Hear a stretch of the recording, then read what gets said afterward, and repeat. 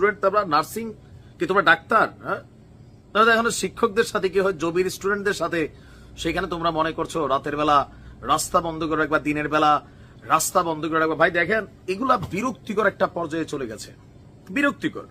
এই ছাত্রছাত্রীরা ভাবে যে এরা হাসপাতাল আর সার্জিসদের মতন রাস্তায় নামলে তোরা রাজুতায় বলে ডাক দিলে মনে হয় দাবি দেওয়া আন্দোলন রাত্রে রাত্রে অনেক কিছু হয়ে যাবে, কিন্তু বাস্তবতা তো ভিন্ন। আচ্ছা, এগুলো কি হচ্ছে? তোমরা আন্দোলন করবা 1.5 মাস, ইনস্টিটিউট করছে আরো 1.5 মাস করো। তুমি শিক্ষার্থী, এখন তুমি রাস্তার মধ্যে ব্লকেট দিয়ে রাখবা। তোমরা রাস্তা, ঢাকা শহর তোমাদের বাবার দিনের জায়গা, যার যেখানে মন চায় যা খুশি করবা, আন্দোলনের নাম নিয়ে সাধারণ মানুষ আর কত সহ্য করবে ভাই? এখন তো ছাত্র আর জনতার মধ্যে লাগাই দিছে। আমি মনে করি এটার পিছনেও সরকারের একটা ভূমিকা আছে। সরকারের নির্বিকার থাকাটা এখানে প্রধান ভূমিকা। তারা যেহেতু আন্দোলন করতেছে, তাদেরকে আপনারা যখন যেখানে আন্দোলন হচ্ছে সেটার সাথে কমিউনিকেশন করেন, এদের কি লাগবে না লাগবে যতটুকু দেওয়ার, যতটুকু যৌক্তিক ততটুকু দেন। কিন্তু এই যে সারা বাংলাদেশ থেকে নার্সিং ইনস্টিটিউটের স্টুডেন্টরা ঢাকা এসে শাহবাগ ব্লকেট করছে, এই যে জবির স্টুডেন্টরা এইটা ব্লকেট করছে, ওইটা ব্লকেট করছে, তাদের উপর আবার আপনারা লাঠিচার্জ করছেন। আবার একই সরকারের দ্বিচারিক ভূমিকা আমরা বিভিন্ন জায়গায় দেখছি। তো এখানে তো মানুষের মধ্যে লাগালাগি শুরু হয়েছে রাত্রেবেলা।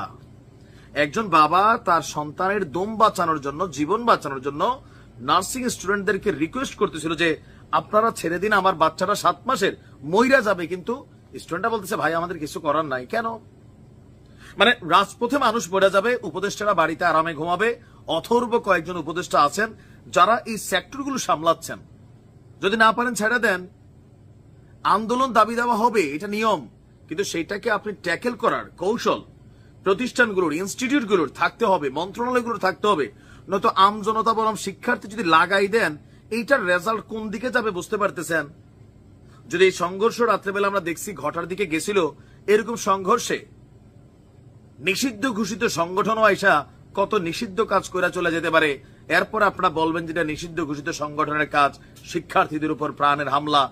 মানে এগুলা আমার কাছে মনে হয় যে একটা এক্সট্রিম লেভেলে চলে গেছে।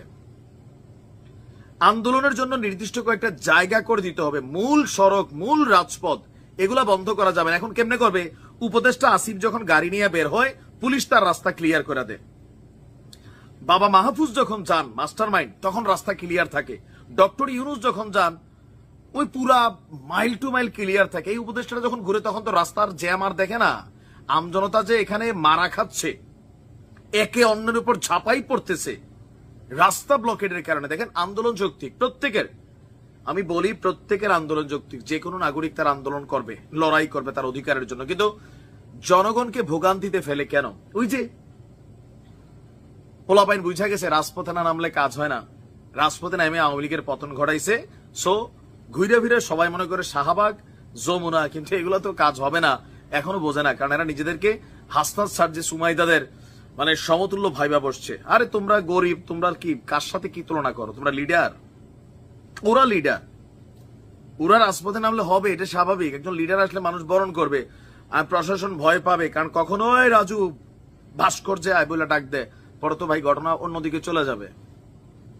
তবে এগুলো সরকারের ভূমিকা থেকে সরকারকে সিদ্ধান্ত নিতে হবে, মন্ত্রণালয়কে সিদ্ধান্ত নিতে হবে যে এরকম আন্দোলনকে তারা পাত্তা দিচ্ছে না। তারা এসি টেসি গাড়িতে ঘুরতেছে, প্রটোকল নিয়ে ঘুরতেছে, আর আমজনতা রাস্তায় কেউ অসুস্থ মারা যাচ্ছে, কারো রিক্সা চালায়, অটো চালায়, গাড়ি চালায়, কেউ পাঠায় চালায়, উবার চালায়, কারো চাকরির সমস্যা, কারো ব্যবসা প্রতিষ্ঠান, ভাই ঘটনা।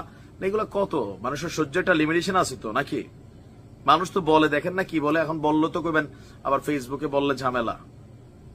এগুলাকে কন্ট্রোল করা উচিত সরকারের।